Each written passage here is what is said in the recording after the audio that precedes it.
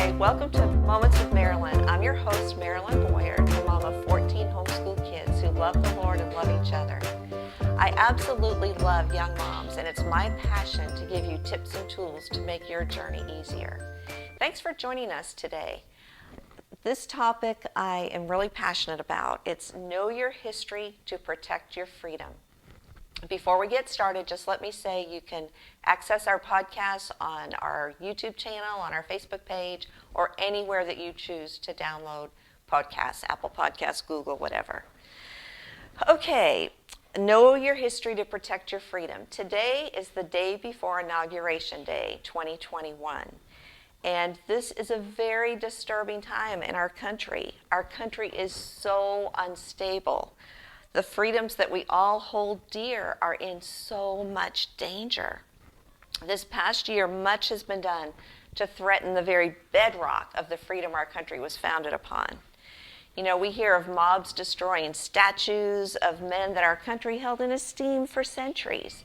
People are trying to erase history from the minds of the people. And you know, one of the first signs of decay of a society is when their history is taken from them. And we see that happening at an alarming rate today. However, it actually began a long time ago, back in the early 1900s, although it's happening at an escalated rate now. But it was in the early 1900s there was a movement to teach American history from purely an economic standpoint. And all the history books changed, the way they taught history changed, and actually it got a lot more boring, in my opinion. But there was a movement to remove all the references of God from our history. That's why they did this. So the books in the government schools changed. And, you know, the year that I went to first grade was 1962, and that's the year prayer was removed from the public schools. Very shortly after that, the Pledge of Allegiance was removed. I remember in first grade, we would stand every morning and put our hand on our hearts and say the Pledge of Allegiance. And they played the national anthem every morning before we started school. Before that, they used to have prayer every morning with students too. And there was a flag in every single classroom in our schools. But a liberal movement began to influence the minds of the children. You know, my dad was a World War II vet. My parents were kind of older when they had kids, so you know, a lot of kids my age, it would have been their grandfathers that were World War II vets. But I think it was understood that you could not take a World War II vet and change their patriotism, change the way they viewed their country. So the liberals behind this movement realized it was going to take a generation or two before they could actually influence the minds of people. And they did a really good job. You know, it was a slower process. But, you know, they had compulsory attendance, they removed prayers from the schools, they removed references of God from the textbooks. It was like a gradual implementation, so people didn't really catch on really quickly. Then it even got, I think in the 90s, where students couldn't mention God in a commencement speech or pray at a commencement. So it just gradually, things got worse and worse. History began to be taught as the study of a group of people groups and societies and tolerance for others. It moved away from teaching history as it had been taught up to that point for generations. My husband was a drywall contractor for many years, and he used to hire young guys to come and help. And he would ask them history questions just for fun to see if they had an understanding of the history of our country. And it was amazing. This was in the 90s. It was amazing how they did not understand history. He would ask them simple questions like, do you know who George Washington was? And one guy said, yeah, isn't he the guy that chopped down the cherry tree? Which that story's not even true, but he didn't even know that he had been the first president. So it's amazing the job that they did in kind of removing history from the minds of people. If you've watched any of those on-the-street interviews where they talk to college students, when was the War of 1812? They can't even answer that.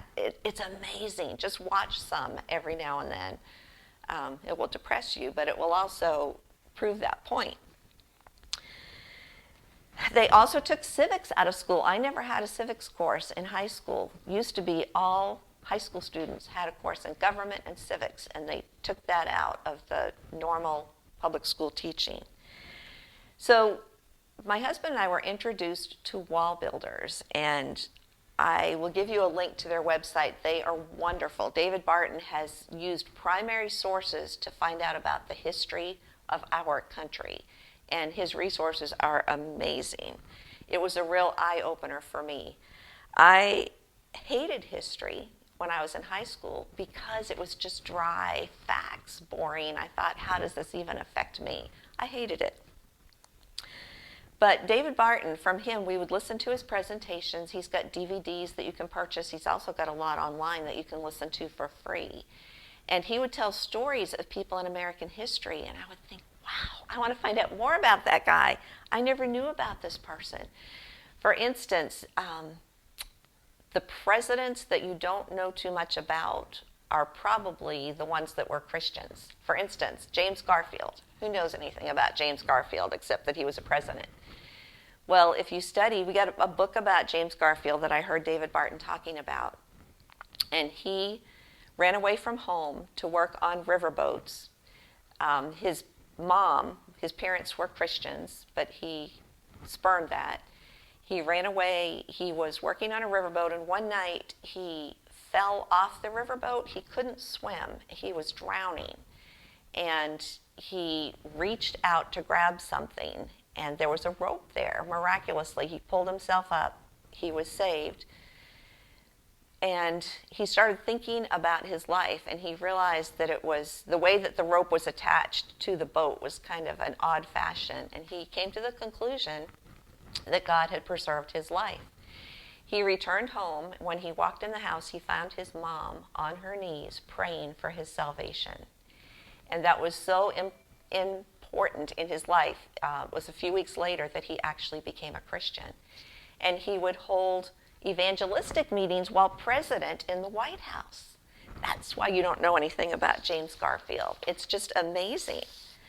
So I listened to a presentation by Barton about the signers of the Declaration, and I was so challenged. He said, how many of you know more than two of these signers? I knew Thomas Jefferson. I knew Benjamin Franklin. Growing up in Boston, Massachusetts, I knew John Hancock. That's it. Other than that, I didn't know any of the other of the 56 men. So I listened to his stories. I became fascinated, and I couldn't shake the feeling that I needed to do something about this. My kids didn't know these men. I didn't know these men.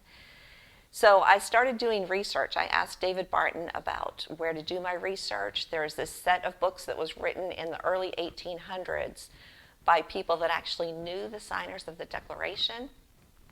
I researched primary source documents, and over 2 years, I started my research on this book, For You They Signed.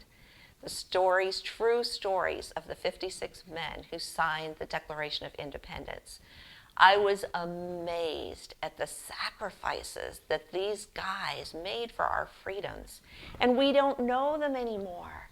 For instance, Abraham Clark had 2 sons who were captains in the Continental Army. They were captured by the British. The British knew that they were sons of a signer, so they took them to the prison ship Jersey, and actually more men died on that ship than died in battles because of the mistreatment on the prison ships. One of his sons was held in captivity, solitary confinement, and the only way that he survived was because a fellow prisoner would push crusts of bread through the keyhole for him. The keyholes back then were pretty large. You know, if you learn your history, they were pretty large. So he would push crusts of bread through there to supplement the meager amount of food that they gave him. He did survive. Abraham Clark was told, if you will relinquish your signature on the Declaration, you can have your sons back. But he would not do it. His son was released on prisoner exchange. Sometime later, he was emaciated, but he did survive. Another man, John Hart, had 13 children. He was from New Jersey. The British were coming into New Jersey. His neighbors came and said, please leave. They're after you. They're coming to capture you. The British wanted to capture all the signers and hang them. So he took off. He actually had a wife who was debilitated. She couldn't get out of bed. And he said, I can't leave my wife. And the neighbor said, we'll take care of your wife. We need you. Please go hide. So he went and hid in the woods. It was over a year that he hid in the woods. One night it was so cold he had a dog sleep with him to keep him warm enough. By the time the British left New Jersey, he went back. His farm was devastated. His children were scattered, and his wife had died because of the disease that she had. It's amazing what these guys suffered, and we don't even know who they are. It's just unbelievable. Another thing that I found that was so amazing, the vast majority of these 56 men were born-again Christians. And you can know that because so many of them in their last will and testament wrote a statement of what they believed about Jesus Christ because they didn't want their posterity to ever wonder about it. In colleges all across this land, they use a book called The Godless Constitution. And in that book, it propagates lies about the founders, but at the very end it says we've dispensed with the usual practice of footnoting because we all know the founders were deists. They have no proof, and we have proof because these guys wrote. These guys were prolific writers. You don't have to believe me. You can go and look up their writings and find out the truth. I'm going to give you just a couple of examples. Benjamin Rush, this is his statement. My only hope of salvation is in the infinite transcendent love of God manifested to the world by the death of his Son upon the cross. Nothing but his blood will wash away my sins. Here's another deist. See if this sounds like a deist to you. I believe there's one living and true God existing in three persons, the Father, the Son, the Holy Ghost, and that at the end of the world there will be a resurrection from the dead and a final judgment of all mankind, when the righteous shall be publicly acquitted before Christ the judge and be admitted to everlasting life and glory, and the wicked be sentenced to everlasting punishment. Now that's just two. I could spend a whole hour reading their statements to you. This is the heritage that we have in our country that we don't know about anymore. You can know what the signers believed. You know, not all of them were Christians. The ones that most everyone knows are Thomas Jefferson and Ben Franklin, and they were probably not born again. But they all held the Bible in high regard. Thomas Jefferson, when he was president of the United States, made the Bible the main textbook in Washington, D.C. city schools. He also, you might have heard, cut the words of Jesus out of his Bible. And the liberals make us think he did that because he didn't believe the words of Jesus. But the reason he did that, he had a special Bible, he cut the words of Jesus out. He made a special textbook to use in evangelizing the Indians. And that was why he cut the words of Jesus out. You might also have heard that he had a child by a slave girl. That is not true. And if you want more information about Thomas Jefferson, David Barton has written a great book, Jefferson Lies. And it tells how there was a movement about to kind of bash our godly heritage in our nation and to make the signers out as perverts. And anyway, they did that with Jefferson. Benjamin Franklin, too, he called for prayer in the Continental Congress. You know, these men were raised by the Bible. They were raised by principles in the Bible, and they had a high regard for Christian principles. You know, so that's the first book. I'm putting together a package of books to help you teach your kids about the freedom, how our freedom was born in this country, for the purpose of preserving the freedoms we have today. It's fast disappearing. Your kids need to first know the truth and then get active in the public square to preserve those freedoms. For You They Signed is the first book in the package.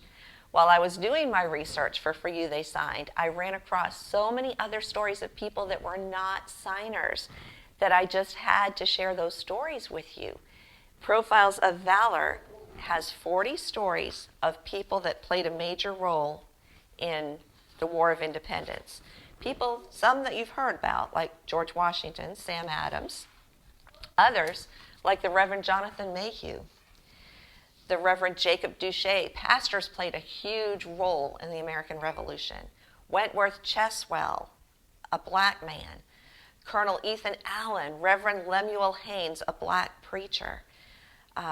Henry Knox, Samuel Franz, who helped discover a plot to kill Washington. Oliver Wolcott, their stories. He, at the reading of the Declaration, patriots tore down a statue of King George. Oliver Wolcott took the statue of King George back home to Connecticut, and his wife and kids melted down the bullets from the King George statue, which he later used at the Battle of Saratoga to fight against the British. It's so many stories that you guys need to hear about. Marquis Lafayette, Haym Solomon, Reverend James Caldwell. I could go on and tell you their stories, but the Reverend James Caldwell is the preacher who took the Isaac Watts hymn books. The men in the Continental Army needed more wadding for their guns, so he brought the Isaac Watts hymn books out and said, give them Watts. And they tore the pages out and used the pages of the hymn books for wadding. His wife had been brutally killed by the British just months before that occurred. And you can find his story in there and so many others. Your kids need to know these stories. 2 more books I want to tell you about that I'm putting in this package are The Fight for Freedom and America's Struggle to Become a Nation. Several years ago, Master Books asked Rick and I to write history books to be used as curriculum. And that started an incredible adventure. We used primary source documents, and mainly we used history books that had been written in the 1800s for use in the public schools. My great-grandparents, your great-great-grandparents, they knew the stories that you will find in these books. Every public school child knew the stories. We had many copies of textbooks used in the 1800s, and all of them had these stories. Everybody knew these true stories of patriots, and we don't know them anymore. Even stories of the providence of God, in so many cases, God intervened through natural occurrences in favor of the Americans. There was a British general that was heard to say, it appears that an invisible hand is working in behalf of the colonists. And it was evident to the colonists that natural events occurred that they could not control, that were an act of God. And I want to just read one to you that's in The Fight for Freedom, the Battle of Dorchester Heights. It's pretty short. Let me tell you about an instance of the marvelous hand of God in the behalf of the colonists. It happened at Dorchester Heights. At this time, the British had captured Boston. Washington knew he needed to strengthen Dorchester Heights, which was a big hill, to try to drive the British away. During the night, the soldiers carried bales of hay and drove wagons and supplies up the hill. It was a hazy night, down at the foot of the hill, that is. Once the men got to the top, it was crystal clear, and they could see to build their fortifications. In the morning, when the British general awoke, he was surprised to see the colonial army had captured the hill. He was reported to have said, the American army got more done in one night than my men would have done in 6 months. Still, he prepared his cannons on his ships to take the hill. That night, a natural disaster occurred in favor of the American troops. A terrible storm blew up, such as no one had ever seen. It blew the British ships around and broke their masts. In the morning, the general saw that his ships were wrecked, and he knew by the time he got things repaired, the Americans would have too much of an advantage. Reverend William Gordon, a local preacher, later said, quote, when I heard in the night how amazingly strong the wind blew, I pleased myself with the reflection that the Lord might be working delivery for us, and thus prevent the diffusion of human blood. It proved to be so. So without shedding a drop of blood, the British quickly withdrew their 10,000 soldiers from the city of Boston on March 17, 1776. The victory at Dorchester Heights gave great confidence to the Americans. You will hear stories of things like that in this book. You know, it's been proven that kids remember history if it's told in story format. And that's what these history books that we used did, and that's what we replicated in our history books. We tell history through the stories of real men, real people, real events, things that happened to them in their lives. And kids remember that. They remember the stories of real people. The Fight for Freedom has 34 stories. People like Francis Marion, Lydia Dara, Patrick Henry, Sam Adams, Colonel William Moultrie, Israel Putnam. You learn history from the lives of the people that lived it in an engaging way that your kids will not forget. The second book is also about the War of Independence. And people have said to us, why do you have so much available about the War of Independence? It's because that is the bedrock of our freedom. That's when our freedom was established. It was built on biblical principles, and your kids need to know this. The reason that freedom is slipping away in our country now is people don't know their history. They don't understand that our Constitution, that the Declaration was built on biblical principles. We actually have a chapter in this book, America's Struggle, to deal with the Constitution and explain the Constitution to your family. You need to know that. We also have a lot of character references in there. We have a call out called Make Your Life Count. George Washington once said, make sure you're doing what God wants you to do, then do it with all your strength. You might be surprised how many people you know drifting through life, just doing enough to get by. Many people go to work, come home, eat supper, and spend the rest of the evening watching television. They don't serve others through volunteer work, improve their minds by reading a good book, or make an effort to share the gospel. They just try to have fun and avoid doing anything hard at all. Washington wasn't like that, and we're glad he wasn't.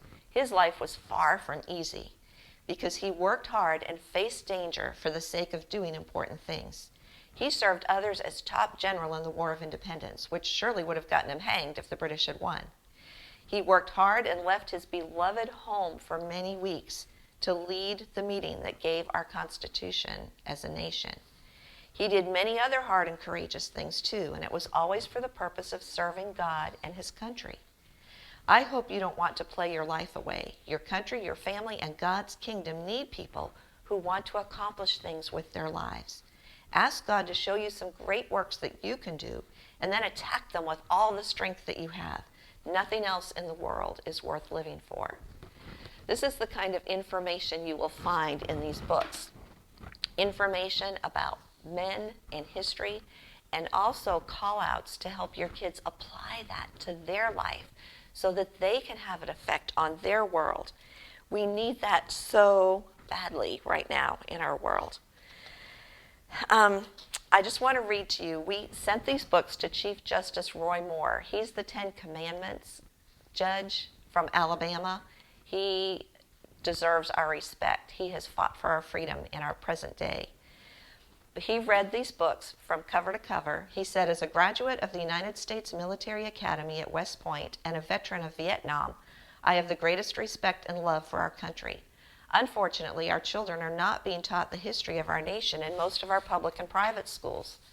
America's Struggle to Become a Nation and the Fight for Freedom, written by Rick and Marilyn Boyer, together with the student worksheets and biographical reference materials, are an outstanding and invaluable information resource for teaching the formation and development of the United States of America.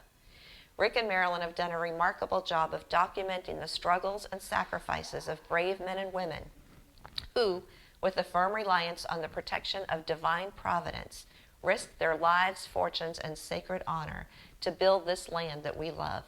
Every American would benefit by reading these marvelous works designed to preserve our heritage as a nation.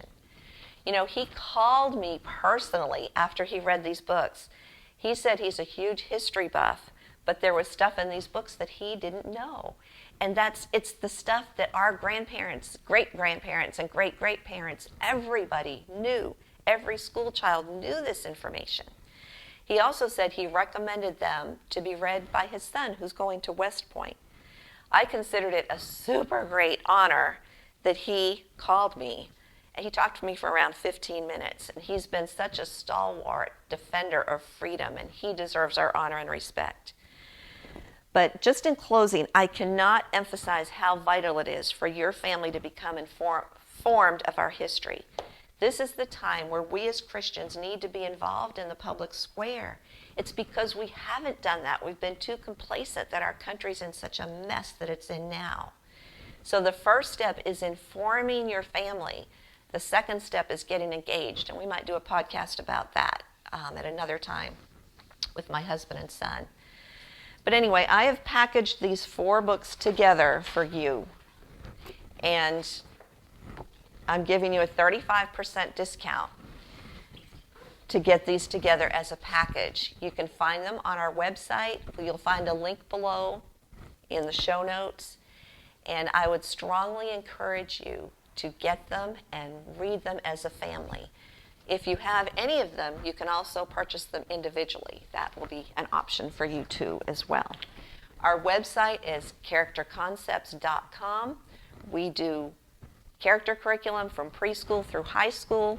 We implement history in so many cases. We implement character into the history of the lives of people that demonstrated it, that put shoe leather on what character is all about, and we can learn so much from their lives. So as always, any time that you spend teaching your kids character is not wasted. Thank you so much for joining us today. Please join me in praying for our country, informing our kids, and getting out there and making a difference. We are left here to impact our world for the Lord Jesus Christ. I pray that you guys can do that as a family. And please feel free to contact me anytime with any ideas that you have. I'd love to hear the ideas that you have as well. Thanks for joining us. Bye-bye.